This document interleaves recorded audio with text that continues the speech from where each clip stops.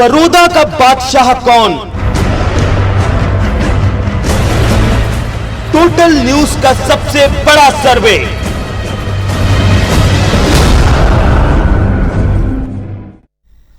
तो कौन होगा बड़ौदा का बादशाह? जनता की नब्ज जानने की कोशिश की है, टटोलने की कोशिश की है और ओपिनियन पोल के बाद जो तस्वीर निकल के सामने आ रही है, काफी रोमांचक मुकाबला यहां देखने को मिलेगा। बीजेपी को 27,500 दूसरे राउंड की काउंटिंग के बाद जो मत पड़े हैं 27,500, कांग्रेस को 38,708।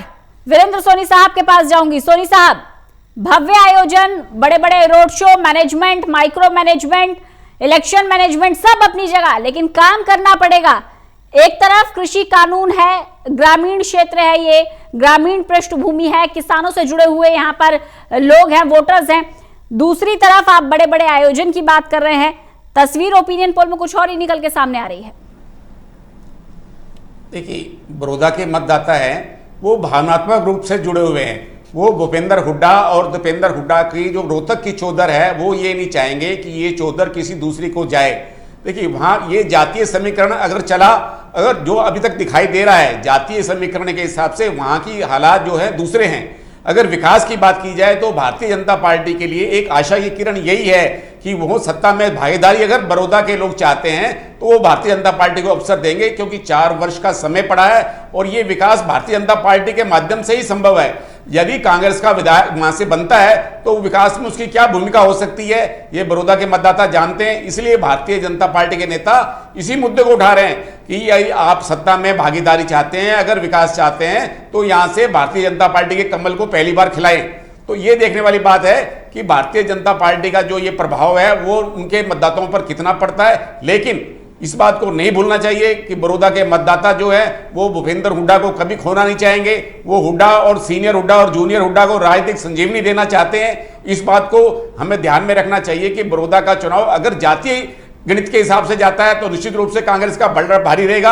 अगर बड़ौदा का मतदाता विकास की अपेक्षा रखता है, अगर उसे लगता है कि ये सरकार में भागीदारी से बड़ौदा का विकास हो सकता है जो आज तक नहीं हुआ, यदि कुछ लोग इसमें भी संदेह करते हैं कि भारतीय जनता पार्टी का विधायक बन गया तो क्या ये सत्ता में उसकी भागीदारी होने के साथ साथ क्या विकास संभव हो पाएगा, या जिस तरह अन्य जो भारतीय जनता पार्टी के 40 विधायक हैं वो विकास के लिए तरस रहे हैं, क्या बड़ौदा का विधायक भी उस तरह तरसता रह जाएगा? ये प्रश्न चिन्ह है। और इस बात को नहीं भूलना चाहिए कि भारतीय जनता पार्टी ने अपनी पूरी ताकत झोंक दी है और इस चुनाव को जीतने के लिए कोई कसर नहीं छोड़ेगी। लेकिन कांग्रेस के नेता भी भूपेंद्र हुड्डा हो, वो उन पर ही सारा चुनाव निर्भर है।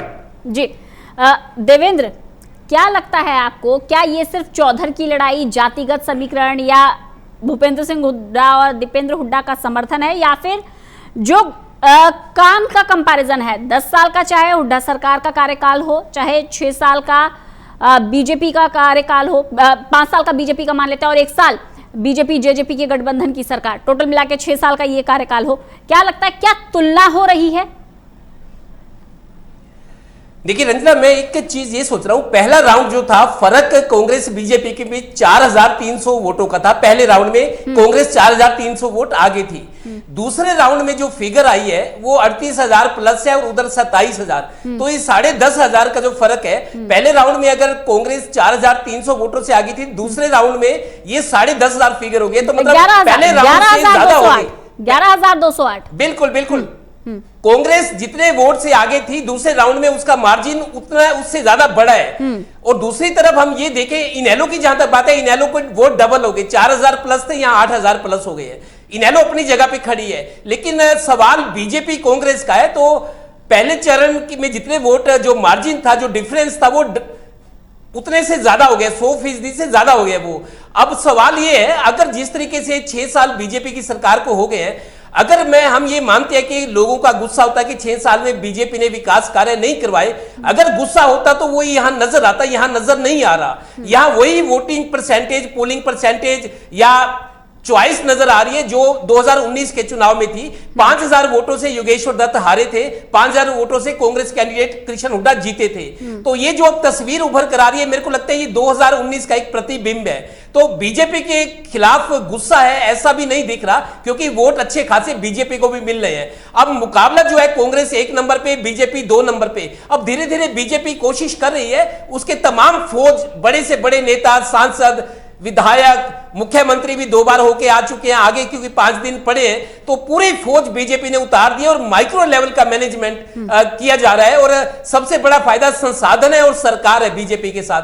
लोगों को शायद ये बात समझा दी जाए, समझ आ जाए कि 4 साल पड़े, अगर बीजेपी को हम जितवाते तो 4 साल पड़े और बीजेपी पूरे वायदे अपने ना करे, लेकिन कुछ तो करेगी कि यहां विकास नजर आएगा इस हल्के में। तो बीजेपी के पास पुचकारने का, कन्विंस कराने का अभी भी मौका है। और बीजेपी धीरे धीरे, जैसा जमीनी हकीकत सामने आ रही है, बीजेपी इंप्रूवमेंट कर रही है, धीरे धीरे मार्जिन को कम करने की कोशिश कर रही है। और हो सकता है अगले 5-6 दिन में जो अभी पड़े हैं उसमें बीजेपी कांग्रेस की बराबरी पर आ जाए। लेकिन फिलहाल कांग्रेस आगे है और ये ट्रेंड अभी तक पीछे से चला आ रहा है, ये वही ट्रेंड है। लेकिन बीजेपी के पास मौका है, 5-6 दिन और है। बीजेपी और अच्छी तरीके से, प्रभावी तरीके से जो रणनीति है या लोगों को कन्विंस कराने की बात है, वहां तक अप्रोच करने की बात है, ये सारी चीजें बीजेपी करती है तो मुकाबला आगे चल के दिलचस्प हो सकता है। जी ठीक है, मुकाबला आगे चल के दिलचस्प हो सकता है। लेकिन जो हम जनता के बीच में जा रहे हैं, मैं आपसे समझना चाहूंगी देवेंद्र, क्योंकि आप जमीनी हकीकत समझते हैं, यहाँ के मुद्दों को समझते हैं, यहाँ की समस्याओं को समझते हैं, आप लोगों के बीच जाते हैं, बात करते हैं, फीडबैक जनता से क्या मिलता है? देखिए रंजना, विकास की जहां तक बात करें, चूंकि जनप्रतिनिधि ये होता है कि लोगों का विकास हो, उनका जीवन सुगम बने, उनकी सुरक्षा हो। सब लोग अपने, चाहे वो नौकरी करते हैं, चाहे खेती करते हैं, चाहे अपना काम करते हैं, सब लोग अपने, सबको बराबर के मौके मिलने चाहिए। चाहे विकास की बात है, चाहे रोजगार की बात है, चाहे सुरक्षा की बात है, तो हर हल्के के लोग ये चाहते हैं। लेकिन चूंकि विकास नहीं हुआ, कांग्रेस से भी ये शिकायत है हल्के के लोगों को और बीजेपी के से भी ये शिकायत है। अब एक मौका और है यहां बीजेपी कांग्रेस के लिए कि वो मतदाताओं को लुभा सके। अब मतदाता क्या है, जैसे अभी तक जब चुनाव शुरू हुआ था, नामांकन भरे गए थे और शुरू से कांग्रेस लीड लेते हुई दिख रही थी। हम अपने दर्शकों को लगातार बता रहे थे कि कांग्रेस एज लेकर चल रही है, अभी एज लेकर चल रही है, लेकिन मुकाबला होगा, ये माना जाएगा, एक तरफा चुनाव नहीं हो सकता। और अभी लग भी रहा है कि बीजेपी कांग्रेस में बराबरी की टक्कर है या थोड़ा सा आगे पीछे है। अभी कांग्रेस थोड़ा सा आगे है, जैसा 2 चरणों के ओपिनियन पोल में भी सामने आया। लेकिन बीजेपी सारी जमीनी हकीकत को पहचान कर, सब चीजों को परख कर, अपनी जो कमियां हैं उनको दूर करके धीरे धीरे आगे बढ़ने की कोशिश कर रही है। हालांकि कांग्रेस आगे, पीछे पीछे बीजेपी है। इनेलो को अपनी लड़ाई जो है वो अपनी पार्टी को एकजुट करने की, पार्टी में जान फूंकने की लड़ाई है, क्योंकि ओम प्रकाश चौटाला भी कैंपेन करे और ओम प्रकाश चौटाला वो नेता हैं जो राजनीति को बड़े अच्छे तरीके से समझते हैं। तो इनेलो कहीं ना कहीं एकजुट होगी पार्टी और इनको आगे लड़ने की ताकत मिलेगी। इस तरह इनेलो अपना गेम कर रही है और इनेलो 3 नंबर पे रहेगी, नो डाउट रहेगी 3 नंबर पे, सबको पता है। लेकिन पहले नंबर पे कौन आएगा, अभी कांग्रेस है और बीजेपी उसके पीछे पीछे है। तो बीजेपी कांग्रेस में मुकाबला जोरदार होगा, ऐसा उम्मीद है। अगले 4-5 दिन में, जो 1 तारीख को चुनाव प्रचार शाम को खत्म होगा, 3 को वोटिंग होनी है, 10 तारीख को काउंटिंग होगी। तो कुल मिलाकर अभी 1 हफ्ते का चुनाव बचा है, लेकिन कांग्रेस अपनी लीड को मेंटेन किए हुआ है और बीजेपी उसके पीछे पीछे चल रही है, उसके बराबर आने की कोशिश कर रही है, उससे आगे निकलने की कोशिश कर रही है। बिल्कुल, देखिए 2019 के चुनावी नतीजों पर नजर डालें तो योगेश्वर दत्त दूसरे नंबर पर आए थे। अब दोबारा से योगेश्वर दत्त बड़ौदा का बादशाह कौन, कितना कामयाब होंगे? टोटल न्यूज का सबसे बड़ा सर्वे, तीसरा राउंड। तो तीसरे राउंड की गिनती हो चुकी है और तस्वीर जो है वो साफ होती नजर आ रही है। भारतीय जनता पार्टी को 37,325 वोट मिले हैं। तीसरे राउंड की बात करें, ओपिनियन पोल कांग्रेस की तरफ जो मतदाता हैं, जिन्होंने अपना विश्वास जताया, उनकी संख्या है 52,205। Indian national Lokdal 10,301। एलएसपी की बात करें 4,907, निर्दलीय 1,109 और नोटा 1,381। एक बार फिर से कांग्रेस लीड लेते हुए, जिस लीड की हम बात कर रहे हैं कि कांग्रेस की पूरी कोशिश है जो लीड मिली हुई है उसे बरकरार रखा जाए, उस लीड को, उस बढ़त को बनाए रखा जाए। बीजेपी पीछे पीछे, पहले नंबर पे कौन, दूसरे नंबर पर कौन। एक बार फिर से योगेश्वर दत्त को चुनावी मैदान में उतारा। 2019 के चुनाव को अगर आप देखेंगे तो दूसरे नंबर पर 5,000, लगभग 5,000 वोट्स के अंतर से योगेश्वर दत्त हार गए थे। अभी यही भरोसा जताया गया है कि वो मार्जिन जो है योगेश्वर दत्त पूरा कर लें। लेकिन एक बार फिर से कांग्रेस का पलड़ा भारी नजर आ रहा है। कांग्रेस के पलड़े में 52,205 वोट, ओपिनियन पोल है ये। बिल्कुल क्लियर कर दें आपको, ओपिनियन पोल है, हार जीत नहीं, लेकिन रुझान क्या कहते हैं? रुझानों में कांग्रेस के खाते में 52,205 वोट जा रहे हैं। वीरेंद्र सोनी साहब के पास जाऊंगी। वीरेंद्र सोनी साहब, क्या लगता है जो सोचकर योगेश्वर दत्त पर दोबारा से बीजेपी ने भरोसा जताया है, दोबारा से चुनावी मैदान में उतारा है कि जो थोड़े से वोट्स कम रह गए थे वो लीड कवर कर लें, क्या लगता है योगेश्वर दत्त कर पाएंगे? क्योंकि ओपिनियन पोल में तो कुछ और ही नजर आ रहा है। इस ओपिनियन पोल से ये दिखाई दे रहा है कि भारतीय जनता पार्टी को छोड़कर मतदाता जो है सभी को खुश कर रहे हैं। कांग्रेस के वोट भी बढ़ रहे हैं, इंडियन नेशनल लोकदल के वोट भी बढ़ रहे हैं, राजकुमार सैनी जी के वोट भी बढ़ रहे हैं और सबसे हैरानी की बात नोटा के वोट भी बढ़ रहे हैं। 2019 की तुलना में सबके वोट बढ़ रहे हैं स्वाय भारतीय जनता पार्टी को छोड़कर। जो जननायक जनता पार्टी को वोट मिले थे उनका विभाजन इस तरह से हो रहा है, तो इसका मतलब है कि जननायक जनता पार्टी के वोट जो है वो भारतीय जनता पार्टी को ट्रांसफर नहीं हो पा रहे। इसका कारण क्या है? जातीय समीकरण है या इस गठबंधन के प्रति लोगों का अविश्वास है? कुछ भी कारण हो, लेकिन इसमें ये स्पष्ट दिखाई दे रहा है कि कांग्रेस के जो वोट हैं पहले से ज्यादा बढ़ रहे हैं। तो ये इस बात को स्पष्ट है कि कांग्रेस का वहां जातीय समीकरण का और भूपेंद्र हुड्डा का और दीपेंद्र हुड्डा का जो दबदबा है, जो प्रभाव है, वो स्पष्ट दिखाई दे रहा है। हाँ, हालांकि देखिए, भारतीय जनता पार्टी ने पहलवान योगेश्वर दत्त को दोबारा जो टिकट दिया है, मैदान में उतारा है, ये उसका सही निर्णय है, क्योंकि पहली बार आस्था व्यक्त की थी। अगर भारतीय जनता पार्टी अब मैदान में नहीं उनको उतारती तो इससे गलत संदेश जाता, और इसलिए भारतीय जनता पार्टी के सभी नेता इस बात की अपील कर रहे हैं कि पिछली बार 2019 में भारतीय जनता पार्टी ने 3 खिलाड़ियों को टिकट दिया था। एक हॉकी खिलाड़ी थे, वो संदीप सिंह, वो चुनाव जीत गए, और जो कुश्ती के पहलवान थे बबीता फोगाट और योगेश्वर दत्त, ये दोनों हार गए। तो इसलिए ये अंतर्राष्ट्रीय खिलाड़ी को अब आप जो है जीत दिलाकर उनका मान सम्मान बढ़ाएं। इस अपील, मार्मिक अपील का कितना असर पड़ता है बड़ौदा के मतदाताओं पर, ये स्पष्ट दिखाई, ओपिनियन पोल से स्पष्ट दिखाई दे रहा है कि इस बात को, वहां का विकास के साथ साथ लोगों को भारतीय जनता पार्टी में जो आस्था या विश्वास बनना चाहिए थे वो नहीं बन रहा, वो जो है डगमगा रहा है, और कांग्रेस की जो है लीड बढ़ती जा रही है, पहले चरण से ही बढ़ती जा रही है। तो ये इस समय बिल्कुल लोगों में शुरू से ये कल्पना थी कि कांग्रेस का वहां दबदबा रहेगा। ये ओपिनियन पोल जो है उसी को दर्शा रहा है कि कांग्रेस इस समय अपनी सुदृढ़ स्थिति में, आने वाले समय में स्थिति कुछ भी हो सकती है, उससे कुछ भी नहीं, परिणाम का कोई भविष्यवाणी नहीं की जा सकती, लेकिन वर्तमान में स्थिति जो है ओपिनियन पोल है इसी बात को दर्शा रहा है कि कांग्रेस वहां फिलहाल जो है बढ़त पर है, और उसके अंदर इंडियन नेशनल लोकदल, जैसे कुथुरिया जी कह रहे थे, तीसरे नंबर पर रहेगी। राजकुमार सैनी जी का कोई विशेष प्रभाव नहीं है, और नोटा के प्रति भी, अगर नोटा में कुछ लोग पहले से ज्यादा वोट मिल रहे हैं तो ये राजनीतिक दलों के प्रति लोगों में जो विश्वास है वो कम होता जा रहा है, इस बात को दर्शा रहा है। अविश्वास की बात कर रहे हैं देवेंद्र हम यहाँ पर, ये जो अविश्वास है ये किसके प्रति है? ये गठबंधन के प्रति है, जो गठबंधन की सरकार चल रही है बीजेपी जेजेपी की, या जेजेपी जिस तरह से अपने आप को किसान हितैषी बताती थी और कृषि कानूनों को लेकर अभी भी सरकार का साथ दे रही है उसके प्रति है, या मनोहर सरकार के प्रति है, या योगेश्वर दत्त के प्रति है? ये अविश्वास किसके प्रति आप देख रहे हैं? देखिए रंजना, 21 अक्टूबर 2019 को विधानसभा चुनाव हुए थे, तब बीजेपी अकेले लड़ी थी, तो 5000 वोटों का फर्क रहा था।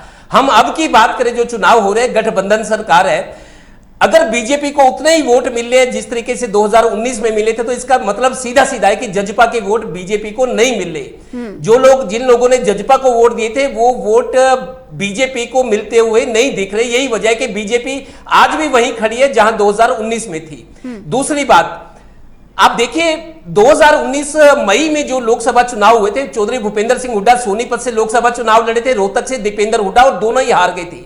ये मई 2019 की बात है। उसके बाद देखिए विधानसभा चुनाव हुए अक्टूबर में जाके 2019 में, भूपेंद्र सिंह हुड्डा जीतकर वापस आ गए। उसके बाद उन्होंने अपने बेटे को राज्यसभा में मनोनीत करवाया, राज्यसभा में दीपेंद्र हुड्डा चले गए।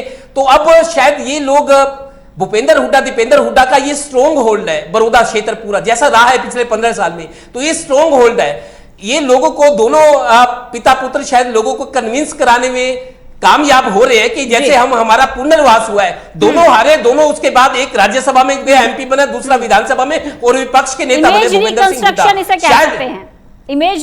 शायद लोगों को, रंजन, शायद लोगों को ये लग रहा है कि जैसे इनका पुनर्वास हुआ है, दोनों चुनाव हारने के 1 साल बाद फिर से मतलब राज्यसभा में गए और विधानसभा में विपक्ष के नेता बने। अगर हम इनको अब जिताते हैं तो हो सकता है कि ये जो चौधर की बात है, चौधर की बात है, रोहतक की चौधर, सोनीपत की चौधर, बड़ौदा भी सोनीपत जिले में आता है, तो शायद वहां के लोगों को ये चीज समझ आ रही है कि हमारी चौधर वापस आ सकती है। जिस तरीके से अगर हम कांग्रेस को जितवाते हैं, चौधरी भूपेंद्र सिंह हुड्डा का कद बढ़ेगा, दीपेंद्र का प्रभाव बढ़ेगा। तो एक साल में जैसे इन्होंने वापसी की, अगर ये चुनाव जीतते हैं तो कांग्रेस भूपेंद्र सिंह हुड्डा के लिए आगे बड़े पद की वो होगी, इनका प्रभाव बढ़ेगा और पार्टी पे पकड़ मजबूत होगी। शायद ये कन्विंस कराते हुए नजर आ रहे हैं। यही वजह है कि कांग्रेस को लोग ज्यादा गले लगाते नजर आ रहे हैं। हालांकि 5 दिन का समय भी बचा है। जी बिल्कुल, 5 दिन का समय बचा है और अब जिस वक्त का इंतजार था, फाइनल राउंड की काउंटिंग हो गई है और तस्वीर साफ होते हुए फाइनल राउंड के बाद कितने मत प्रतिशत भारतीय जनता पार्टी को, कांग्रेस को, इनेलो को, एलएसपी, निर्दलीय और नोटा, किसको कितने वोट्स मिले हैं, कितना मत प्रतिशत मिला है, तस्वीर साफ हो गई है। भारतीय जनता पार्टी को कितने वोट मिले, बस कुछ ही क्षण का इंतजार, फाइनल राउंड की काउंटिंग हो गई है। बड़ौदा का बादशाह कौन? टोटल न्यूज का सबसे बड़ा सर्वे, फाइनल राउंड।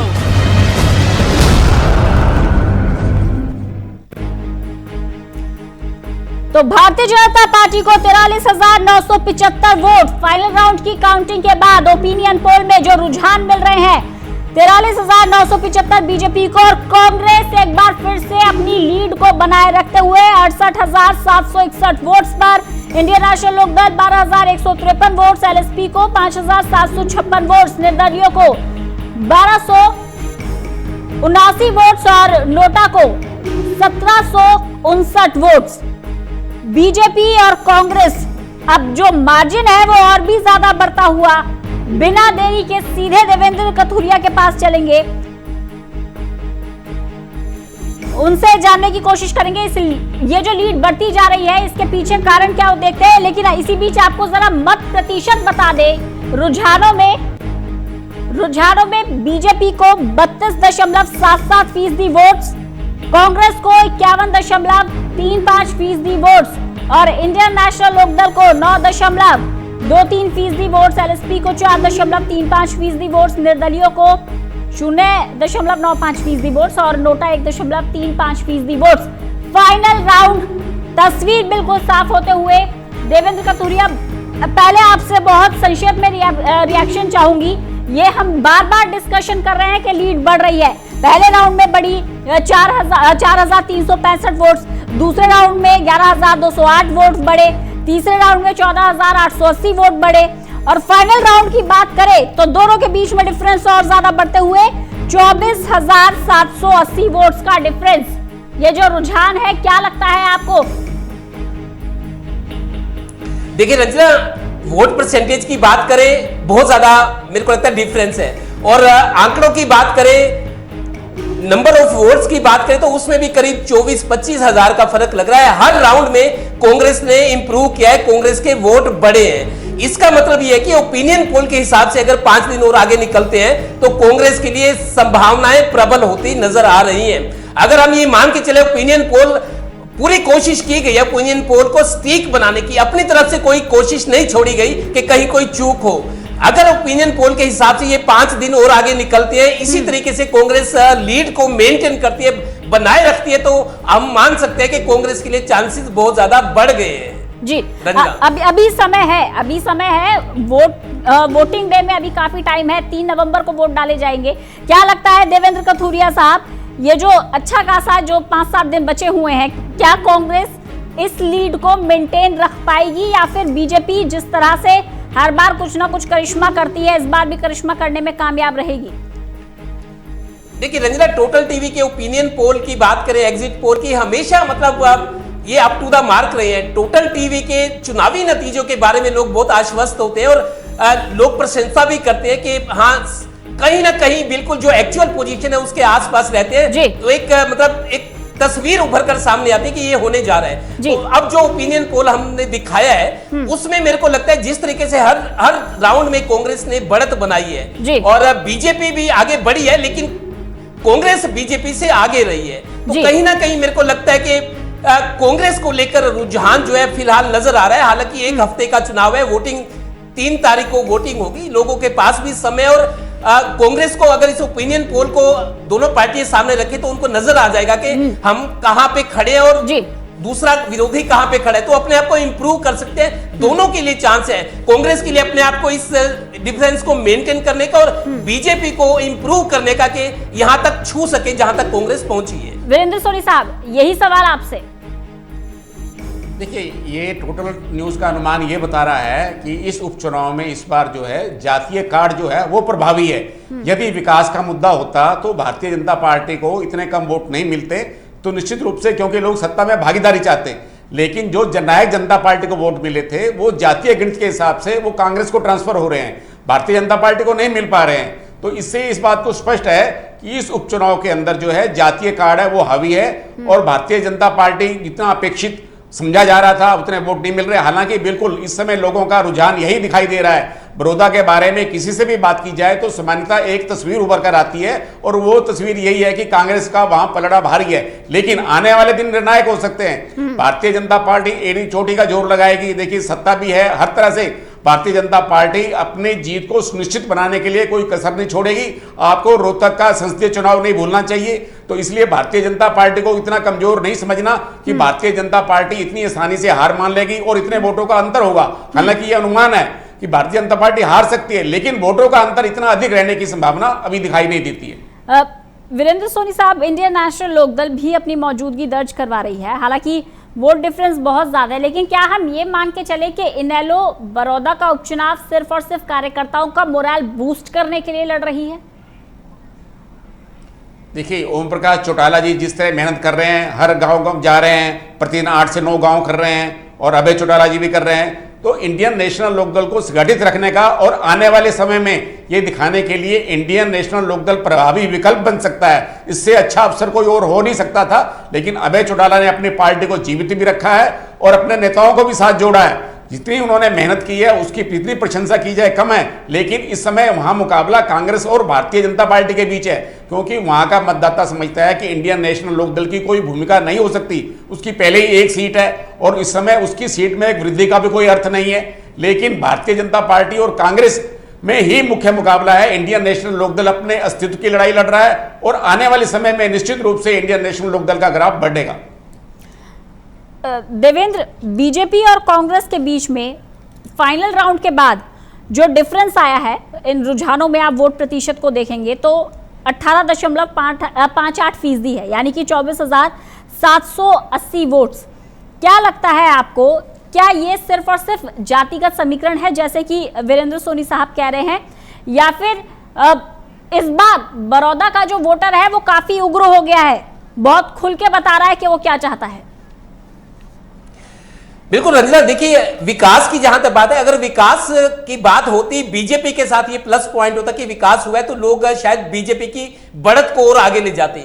बीजेपी को उतनी वोट मिली है जितनी 2019 में मिली थी, लेकिन ये जातिगत आधार पर चौधर के नाम पर ये लगता है चुनाव का डिसाइड होने जा रहा है। जिस तरीके से कांग्रेस ने हर राउंड में अपनी बढ़त बढ़ाई है, मतलब दीपेंद्र हुड्डा के एक स्ट्रॉन्ग होल्ड है, मैं फिर ये शब्द दोहराऊंगा, ये स्ट्रॉन्ग होल्ड है जहां उनका बहुत मजबूत है, दोनों नेता के तौर पर भी और उनकी जो उनको मान्यता दी है कि हमारे नेता है, हमारे उनको संरक्षक मानते हैं अपना, तो जो भूपेंद्र और दीपेंद्र हुड्डा के चेहरे पर जो उनको भरोसा है वो शायद लोग दिखाते हुए नजर आ रहे हैं। लेकिन बीजेपी भी कहीं नुकसान में नहीं है। बीजेपी ने विकास नहीं किया, लोग ये खुलकर कहते हैं कि बीजेपी ने कुछ नहीं किया। अगर भूपेंद्र हुड्डा ने दूसरे कार्यकाल में 4.5 साल तक 5 साल तक कुछ नहीं किया तो बीजेपी ने 6 साल में भी कुछ नहीं किया। लेकिन फिर भी लोग अब ये मेरे को लगता है जातिगत आधार और चौधर की बात है, शायद भूपेंद्र हुड्डा को और ताकत देने की बात है, जो ये डिफरेंस है हर चरण में बड़ा है। फिलहाल अभी रोचक मैं ये मानता हूं कि अभी भी बीजेपी के लिए नामुमकिन नहीं है। बीजेपी जिस तरीके से मैंने बताया, आज